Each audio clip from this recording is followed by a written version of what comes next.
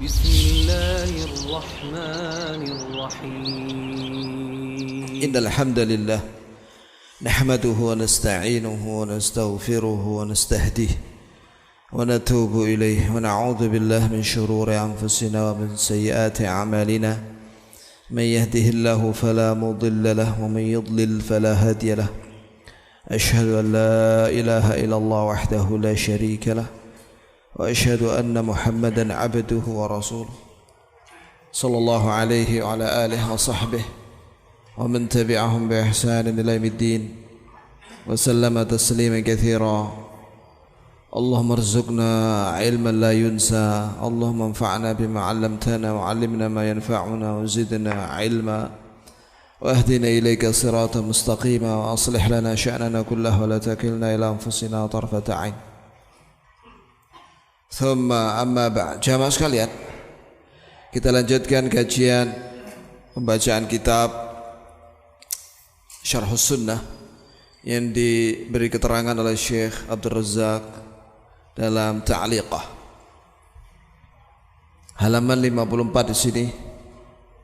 Ya, qauluhu al-alim ay al-ilmu syamil al-muhit bi kulli syai'. Bahwa Allah itu Al-Alim, Maha berilmu yang meliputi segala sesuatu yang ada di langit maupun di bumi. Itulah Al-Alim.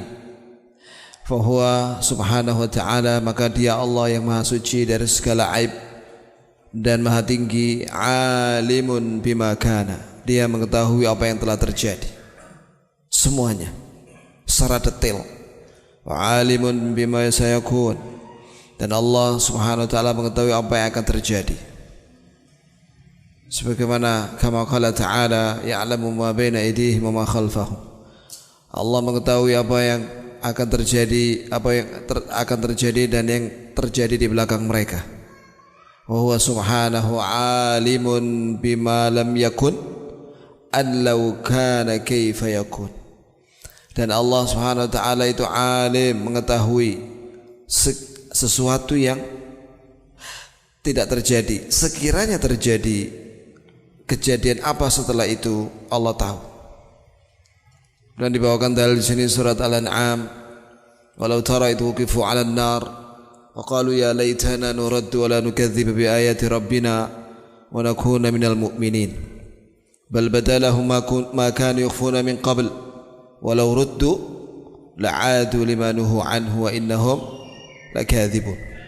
Sekiranya kau ya Nabi melihat orang-orang kafir menghadap neraka, yakni jahannam, faqalu, maka mereka saat itu berkata, ya laitana, aduh celaka kami, nuraddu, alangkah bagusnya kalau kita dikembalikan ke dunia, wala nukadziba bi ayati rabbina, dan kita tidak mendustakan ayat-ayat Rabb kami, wa nakuna minal mu'minin, dan kita ingin jadi orang mukmin. Maka Allah jawab, bal badalahum ma kanu yukhfuna min qabl, bahkan telah nampak apa yang selama ini mereka sembunyikan. Walau ruddu, sekiranya mereka dikembalikan ke dunia, la'adu limanuhu anhu, mereka akan kembali melakukan yang dilarang, yaitu kesyirikan dan kekafiran.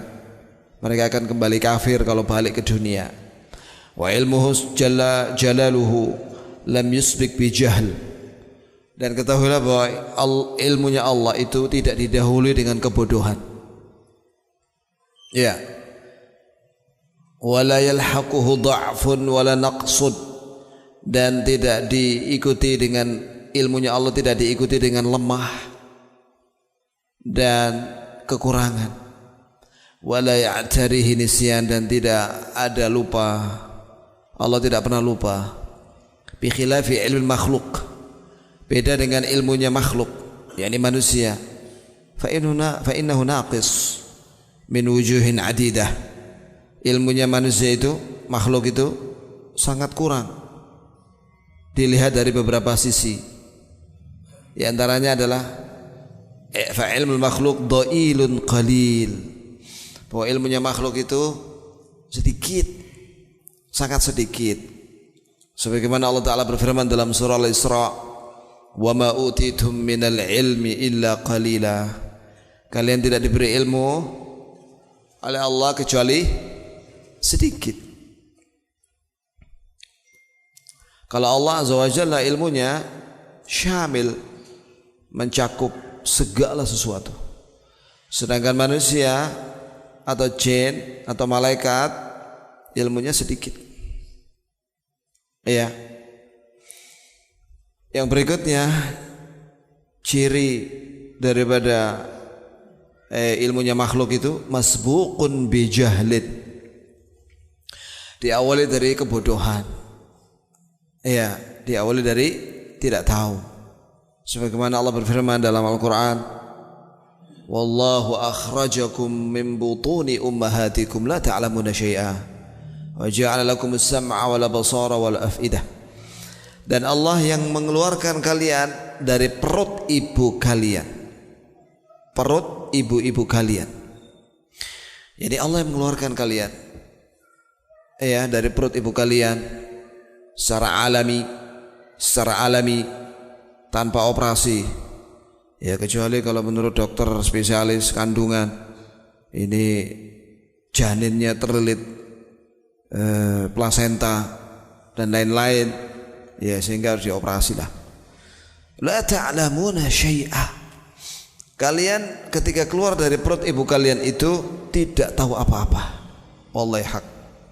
Bayi ketika lahir dia hanya bisa nangis, lapar nangis, haus nangis, ngomong gak bisa, minta makan gak bisa, belum bisa mengucapkan satu kalimat pun, hanya bisa nangis.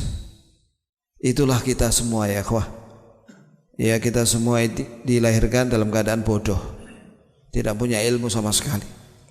Wa ja'ala lakumus sam'a wal absara wal afidah. Maka Allah beri kepada kalian as-sam' pendengaran untuk mendengarkan ilmu, wal absar dan penglihatan untuk membaca ilmu, wal afidah dan hati untuk memahami ilmu, sehingga manusia bisa berilmu. Wa ya'tarihi nisyan.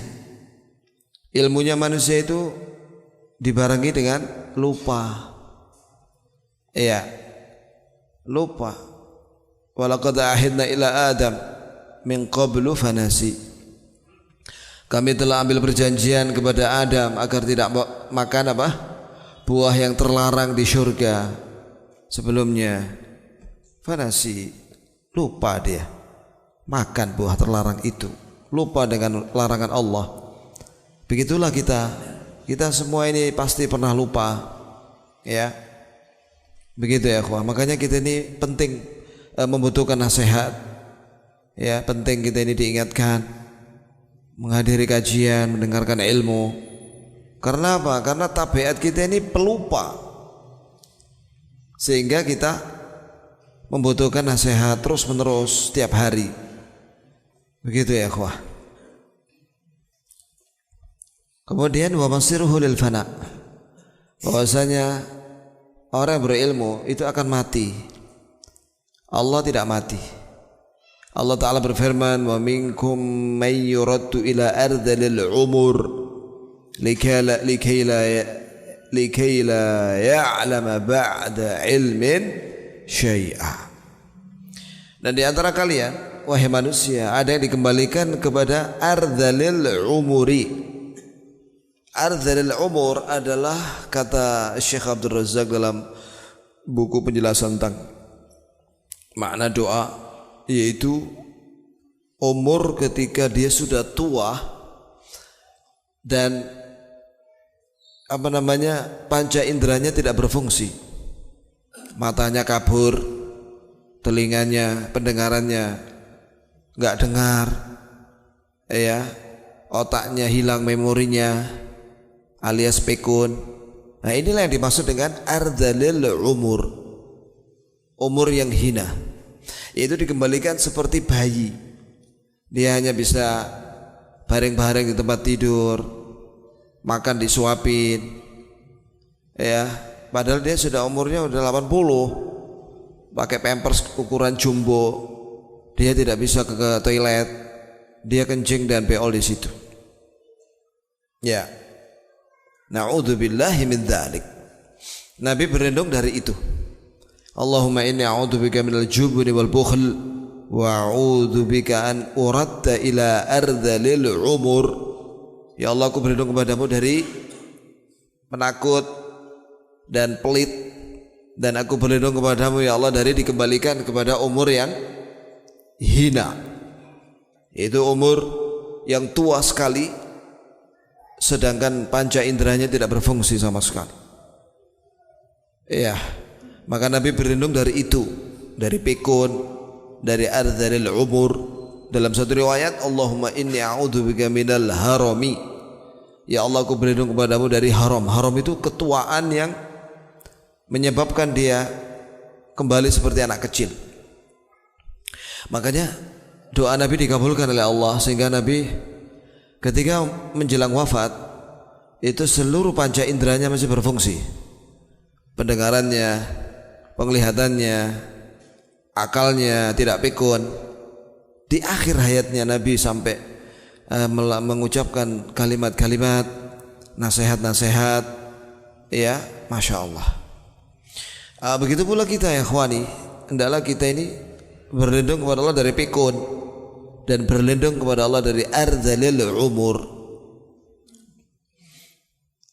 Di samping berlindung kepada Allah dari itu, jangan lupa kita melakukan sebab-sebab kesehatan. Kesehatan otak itu dengan cara menggunakan otak itu untuk memikirkan ayat-ayat Allah, mempelajari Al-Quranul Karim, tafsir, mempelajari hadis-hadis Nabi SAW. Itu sebagai tanda rasa syukur dia kepada Allah. Maka dengan demikian insya Allah otaknya akan kuat sampai mati. Udah mati ya selesai sudah, ya. Makanya para ulama kita, Syekh Abdul Muhsin Al-Abbad, Syekh Rabi, Syekh Saleh Fauzan, itu rata-rata sekarang umurnya di atas 75, bahkan 80 lebih, ada yang 80 lebih. Ya, Syekh Abdul Muhsin itu 80 lebih. Tapi hafalannya Masya Allah. Rawi-rawi itu hafal deh, nama-nama rawi itu. Ya, yang muda-muda ini kalah kita. Iya, itu ya akhwah. Lah kenapa kok bisa seperti itu dia? Ya karena dia setiap hari dia belajar. Jadi dia itu punya murid khusus.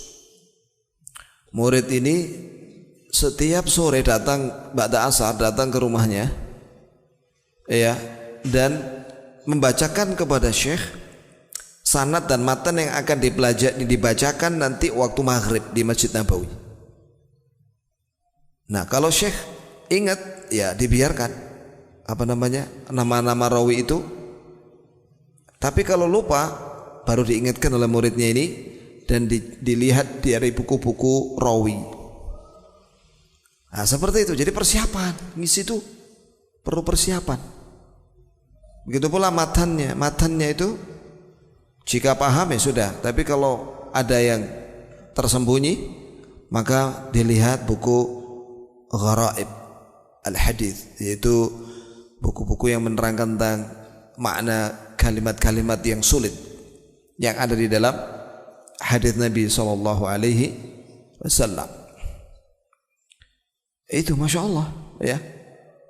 Itu. Tapi kalau ada orang dia punya otak nggak dipakai untuk mempelajari Quran, nggak dipakai untuk mempelajari hadis, ya, ngelamun, ya, itu bisa pikun itu.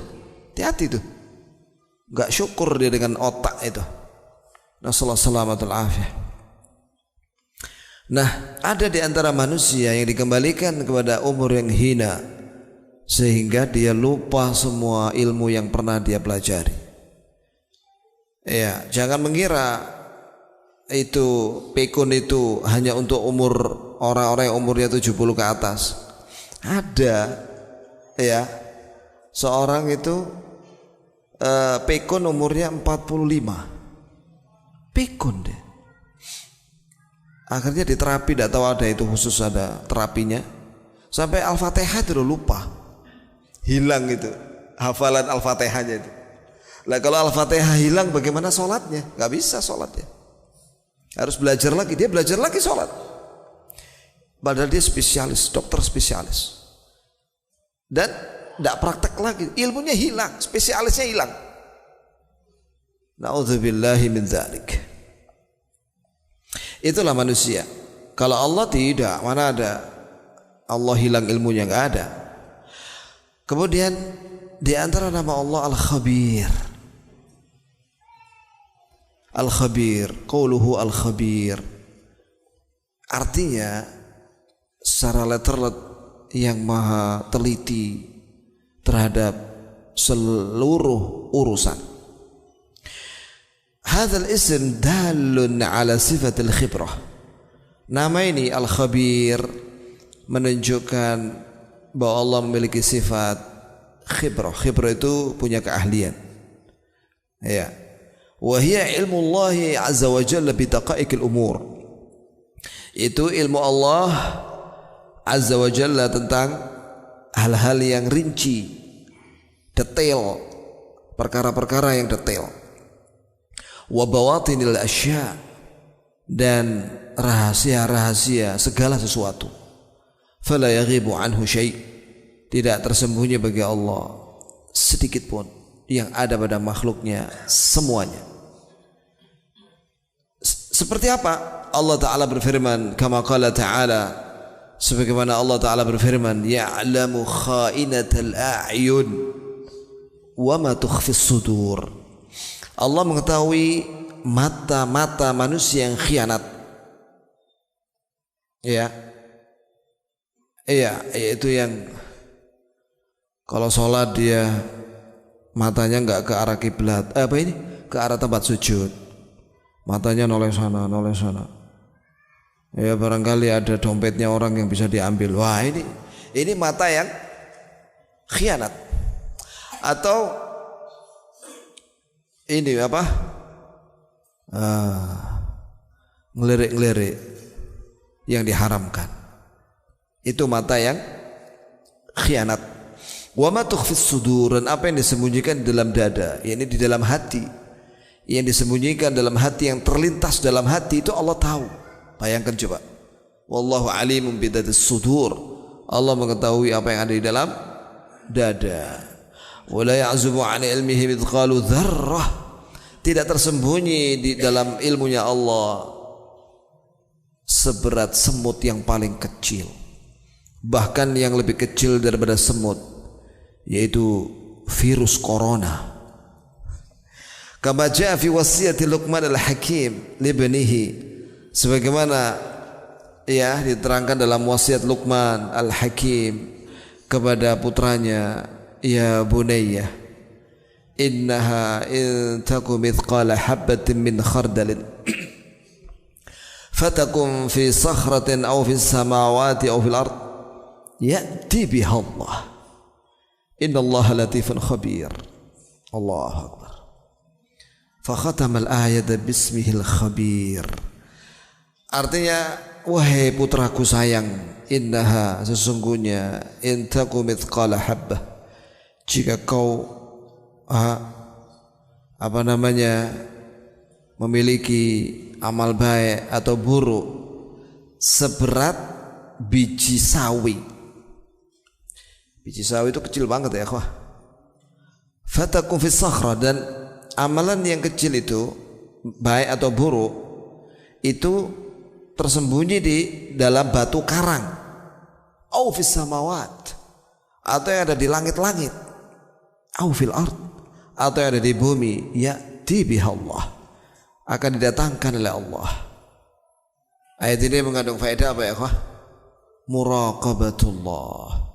Kalau kita merasa dilihat dan diawasi dan didengar oleh Allah dimanapun dan kapanpun kita di dunia ini, selama kita hidup di dunia ini, Allah tahu dimanapun dan kapanpun apa yang kita ucapkan, apa yang kita bisikkan, apa yang kita lakukan, itu Allah mengetahui, ikhwah. Ya, muraqabatullah, ini faedah penting dari ayat ini, bahwa kita merasa diawasi dan dilihat oleh Allah Azza wa Jalla dan didengar oleh Allah Azza wa Jalla. Innallaha latifun khabir. Sesungguhnya Allah maha lembut, ya, yakni mengetahui segala hal yang tersembunyi. Khabir, dan Allah memiliki ilmu dengan perkara-perkara yang detail dan rahasia-rahasia segala sesuatu. Maka Allah akhiri ayat ini dengan namanya Al-Khabir. Kemudian di antara nama Allah Azza wa Jalla, ayat di sini terjadi penjelasannya, bukan nama Allah ini. Ini hanya berita. Al-Mani'. Al-Mani', yaitu yang maha menghalangi. Maksudnya makna al-Mani' penjelasannya ay alladzi la yunal janabuh, yaitu yang tidak mungkin disentuh kekuasaannya, apalagi mau dikalahkan, tidak mungkin. Wala yuraddu qada'uh, dan tidak mungkin ditolak ketetapannya dan takdirnya. Likamali quwwatih, karena kesempurnaan kekuatan Allah. Kama qala Azza wa Jalla, wa huwal qahiru fauqa ibadih, dan dialah yang maha perkasa di atas hamba-hambanya semuanya. Terus kata Syekh Abdul Razak hafizahullah, al-mani' laisa min asma'illah, bahwa al-mani' bukan nama Allah. Walam yasuqhul musannifu masaqal ism, penulis di sini bukan menyebut nama, wa inna masaqahu masaqal ikhbar, tapi hanya memberitakan bahwa di antara sifat Allah adalah al-mani'. Wa babul ikhbar, dan bab tentang berita lebih luas, awsa'u min babil asma' wa sifat, lebih luas daripada bab nama dan sifat. Contoh apa ya, ikhwah? Berita yang Allah beritakan tentang dirinya, dan itu bukan nama, itu lebih luas daripada nama dan sifat. Contoh, wa makaru wa makarallah wallahu khairul makirin. Mereka berbuat makar, orang-orang kafir itu berbuat makar terhadap agama Islam dan kaum muslimin. Wa makarallah, maka Allah balas makar mereka. Allah balas makar mereka. Wallahu khairul makiri, dan Allah sebaik-baik yang membalas makar. Apakah kita kasih nama Allah khairul makirin? La ya akhi. Wahai khairul makirin, tidak boleh ya akhi. Ya, itu berita. Begitu ya akhwah. Kemudian qauluhu ar-rafi', firman Allah, perkataan penulis, afwan, yaitu perkataan Imam Al-Muzani rahimahullahu ta'ala rahmatan wasi'ah, ar-rafi', itu Allah itu ar-rafi', alladzi lahu ar-rif'atu wal-'ulu, wa Allah itu memiliki ketinggian dan ketinggian. Ya, inilah kekurangan dalam bahasa kita Indonesia ini, itu kalah kosakatanya dengan bahasa Arab. Ar-rif'ah wal-'ulu kita artikan sama, ketinggian. Ya, Allah maha tinggi. Kama qala ta'ala rafi'ud darajat, bahwa Allah itu maha tinggi derajatnya. Maksudnya, fallahu jalla jalaluhu lahul 'uluwu bikullil ma'ani. Nah, ini maksudnya, bahwasanya Allah itu memiliki sifat ketinggian di seluruh makna ketinggian. Misalnya apa? Uluwul makan. Wa Allah azza wa jalla maha tinggi tempatnya, tidak ada yang lebih tinggi dari Allah. Wa uluwul zat, Allah itu maha tinggi zatnya, Tidak ada yang lebih tinggi daripada Allah. Wa uluwul qadr, Allah maha tinggi derajatnya. Wal manzilah, dan kedudukannya. Wa uluwul qahr, dan Allah maha tinggi kekuasaannya. Wal ghalabah, dan kekuatannya maha tinggi. Nah, dalilul awal liquluhu azza wa jalla yakhafuna rabbahum min fawqihim. Ya, di antara dalil bahwa Allah tinggi, maha tinggi, yakhafuna rabbahum min fawqihim. Mereka orang mukmin itu takut kepada Rabb mereka yang ada di atas mereka. Jadi Allah di mana ya, ikhwah? Di atas. Di atas arsy. Ar-Rahmanu 'alal 'arsy istawa. Ada 6 ayat dalam Al-Quran Allah menyatakan itu. Ar-Rahmanu 'alal 'arsy istawa. Allah yang Maha Penyayang, ala, ya, al-'arsy, di atas arsy. Istawa. Istawa itu artinya, kata Imam Bukhari menukil perkataan Abul Aliyah, ala wartafa', tinggi dan meninggi lagi. Jadi Allah azza wa jalla tidak nempel di makhluk. Allah tidak butuh dengan makhluknya. Allah jauh tinggi di atas arsy, ba'in min khalqih, terpisah dari makhluknya. Sebenarnya kata ulama, yaitu kata Imam Az-Zahabi dalam Al-Ulul Al-Ali Al-Ghaffar, yang diringkas oleh Syekh Al-Albani dalam Mukhtasar Al-Ulul Al-Ali Al-Ghaffar, dalam buku itu beliau mengatakan ada 1000 dalil bahwa Allah itu di atas arsy. Bayangkan coba ya kawan, 1000. Kita alhamdulillah 1 dalil kita iman, apalagi 1000. Kemudian wa dalilu uluhi qadra, dalil bahwa, yakni dalil awal, yakni yang awal di sini maksudnya maha tinggi tempat dan zatnya, itu dalilnya ini tadi, yakhafuna rabbahum min fawqihim. Mereka takut, orang mukmin itu takut kepada Rabb mereka yang ada di atas mereka, zatnya dan tempatnya maha tinggi. Wa dalilu uluwihi, dan juga dalil uluwihi, ketinggian Allah, qadra, yaitu kedudukannya, qauluhu azza wa jalla. Ya ikhwan, kenapa kadang-kadang Syekh Abdul Razak bilang qauluhu subhanahu wa ta'ala, kadang qauluhu jalla jalaluhu, qauluhu ya subhanahu wa ta'ala azza wa jalla.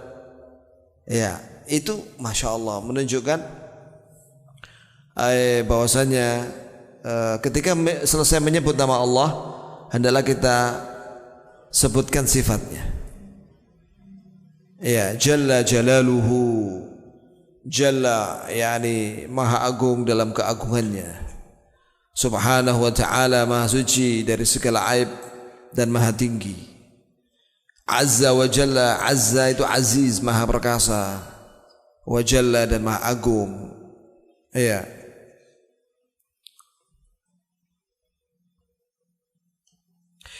kalau Syekh Ali kadang-kadang Allah jalla wa ala wa fi'ali samah. Masya Allah, Allah jalla wa ala maha agung lagi maha tinggi, wa fi'ali samah, dan di dalam ketinggian namanya.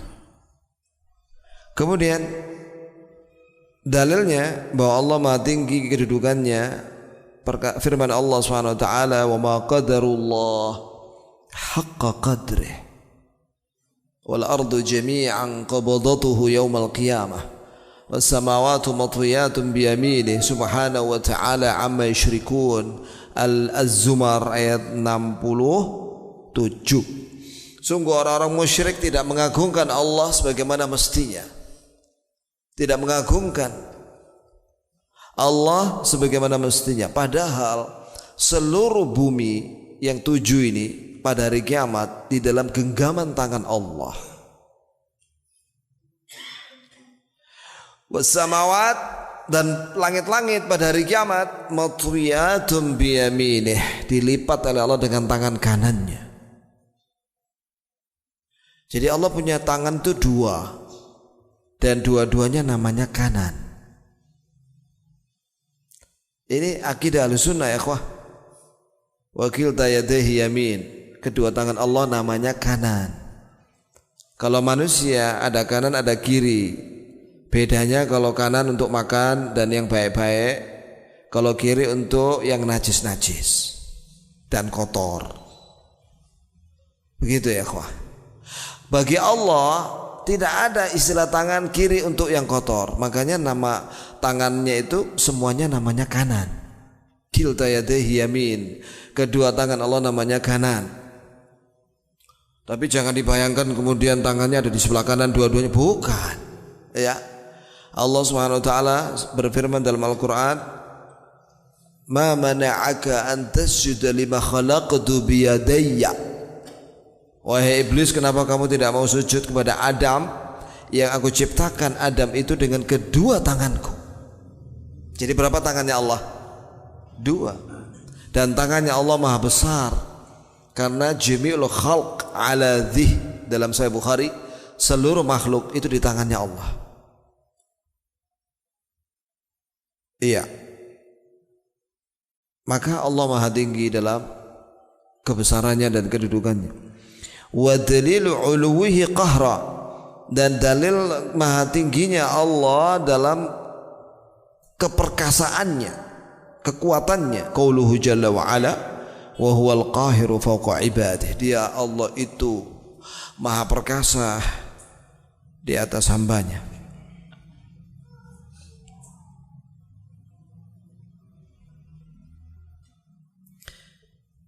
Wa najidu, kata Syekh Abdul Razzaq hafizahullah, wa najidu anna al-musannif rahimahullah fi hadhihi al-jumlah nafa 'anillah umuran faqala jalla 'anil mathil fala syabiha lahu wala adil.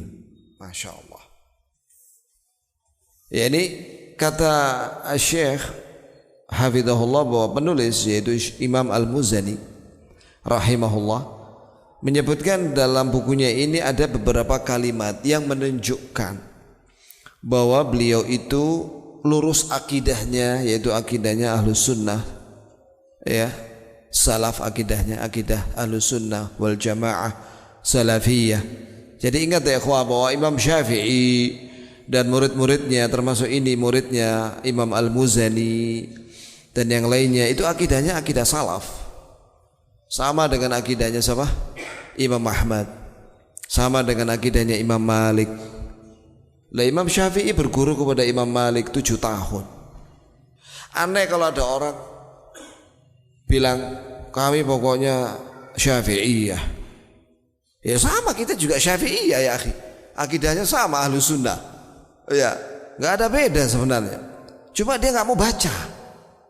Coba baca, ada buku itu S3 apa S2 itu, ada risalah S2 apa S3 itu akidah Imam Syafi'i 2 jilid, saya punya itu akidah Imam Syafi'i. Itu akidahnya sama dengan akidahnya Ibnu Taimiyah, Ibnu Qayyim, Syekh Muhammad bin Abdul Wahhab. Ahlus Sunnah sama semua akidahnya, alhamdulillah. Iya. Begitu pula dalam manhaj, Masya Allah, Imam Syafi'i itu sekali dalam masalah manhaj. Beliau pernah mengatakan dalam perkataan yang masyhur, antum bisa lihat dalam kitabnya Al-Um dan juga dalam kitabnya Ar-Risalah. Beliau mengatakan, man istahsana faqad syara'. Orang siapa yang menganggap baik dalam agama dengan pikirannya semata-mata tanpa dalil, maka dia telah bikin syariat baru. Tegas sekali Imam Syafi'i bahwa agama ini bukan pikirannya orang, tapi berdasarkan dalil. Itu ya akhwah. Nah, kita lanjutkan. Yani Imam Al-Muzani mengatakan begini, Jalla 'anil mathil, bahwa Allah itu maha agung dari persamaan dengan makhluk sifatnya. Masya Allah, di sini menunjukkan bahwa dia akidahnya Ahlussunnah Salafiyah, menolak penyamaan Allah dengan makhluk dalam sifat. Dalilnya mana? Quran Asy-Syura ayat 11. Laisa kamitslihi syai'. Allah itu tidak sama dengan segala sesuatu. Fala syabiha lahu, sama. Tidak ada yang sama dengan Allah dalam segala sifatnya. Ini akidah Ahlussunnah. Ini akidahnya Imam Syafi'i dan murid-muridnya. Wala adil, dan tidak ada yang sama dengan Allah. Tidak ada tandingan bagi Allah. Dalam hal apa? Dalam rububiyah, uluhiyah, asma' sifat, ya, dalam segala hal, ya, termasuk dalam hal halal wal haram. Tidak boleh seorang bikin tandingan dalam masalah halal dan haram. Apa yang halal itu dihalalkan oleh Allah, yang haram diharamkan oleh Allah. Tidak boleh kita menghalalkan apa yang diharamkan oleh Allah dan mengharamkan apa yang dihalalkan oleh Allah. Gak boleh. Barang siapa yang menghalalkan apa yang diharamkan oleh Allah dan sebaliknya, berarti dia telah menjadikan dirinya tandingan bagi Allah. Ini ya ikhwah. Seorang muslim tunduk kepada Allah dan Rasulnya, tunduk kepada syariat Allah dan Rasulnya. Iya, tidak ada syariat yang lebih baik daripada syariat yang Allah turunkan. Tidak ada aturan yang lebih baik daripada aturan Allah. Ya ikhwan, di dunia ini ada, kata PBB, ada 4.200 agama. Ya, tidak ada yang lebih lengkap daripada Islam. Alhamdulillah kita diberi hidayah oleh Allah kepada Islam dari 4.200 agama di dunia ini, dan dari berbagai macam firqah yang ada di dalam umat Islam, kita diberi hidayah oleh Allah kepada sunnah wal jamaah dan manhaj salaf. Itu nikmat besar ya wallahi. Kemudian thumma athbata Allah, setelah menafikan dan meniadakan, Imam Al-Muzani meniadakan tandingan bagi Allah, maka setelah itu beliau athbata lillah umura, menetapkan bagi Allah azza wa jalla beberapa hal dalam sifatnya. Faqala as-sami'ul basir, Allah itu maha mendengar lagi maha melihat. Di sini menunjukkan bahwa akidah Ahlussunnah di dalam tauhid nama dan sifat. Ingat-ingat ini ya ikhwah, ini sering dibicarakan oleh Syekhul Islam Ibn Taimiyah, Ibnu Qayyim, dan juga para ulama Ahlussunnah Salafiyah, mengatakan satu, dalam masalah sifat ini Allah, kita hendaklah meniadakan sifat bagi Allah yang Allah meniadakannya, Allah dan Rasulnya meniadakannya. Seperti apa yang Allah tiadakan? Persamaan sifat. Laisa kamitslihi syai'. Yang kedua, itsbat ma atsbatahu Allah wa rasuluh, menetapkan nama dan sifat sebagaimana yang ditetapkan oleh Allah dan Rasulnya dalam Al-Quran dan Sunnah. Contohnya di sini as-sami'ul basir, Allah maha mendengar lagi maha melihat. Yang ketiga, Allah dan Rasulnya ketika menyebutkan tentang itsbat, menetapkan nama dan sifat itu dengan tafsil, rinci, lengkap. Allah itu maha mendengar, maha melihat, maha perkasa, maha tinggi, maha memberi rezeki, maha kuat, maha apa saja. Menetapkan nama dan sifat dengan detail, dan menafikan yang dinafikan itu dengan mujmal, global. Allah tidak merinci tentang meniadakan hal-hal yang tidak pantas bagi Allah itu. Cukup dengan mujmal, global, laisa kamitslihi syai'. Allah tidak sama dengan segala sesuatu. Wa ma massana min lughub, kami tidak pernah lelah. Allah tidak pernah capek. Setelah Allah menciptakan langit dan bumi 6 hari, wa ma massana min lughub, kami tidak pernah lelah. Wa la yauduhu hifdhuhuma, Allah tidak capek di dalam memelihara, menjaga langit dan bumi. Global. Nah, orang-orang Asy'ariyah, Maturidiyah, Mu'tazilah membalikkan keadaan, menafikan secara detail dan menetapkan secara global, menentang Ahlus Sunnah dan dalil-dalilnya. Contoh, orang Asy'ariyah, Maturidiyah kalau meniadakan sifat bagi Allah tanpa dalil, mengatakan begini: Allah itu tidak punya rasa, Allah tidak punya warna, Allah tidak di atas alam, di dalam alam, tidak di luar alam. Allah itu apalagi macam-macam, pakai akal. Nah, inilah sesatnya Asy'ariyah, Maturidiyah ya kawan. Padahal kaidah Ahlussunnah ketika menetapkan sifat Allah dengan rinci dan meniadakan sifat yang tidak pantas dengan global, ini sesuai dengan fitrah manusia. Contoh, ada seorang misalnya mendekati raja dunia, maka dia ingin memuji, tapi pujiannya salah. Dia bilang gini: engkau wahai raja, kau tidak sama dengan tikus, kau tidak sama dengan anjing, kau tidak sama dengan kelelawar, kau tidak sama dengan babi,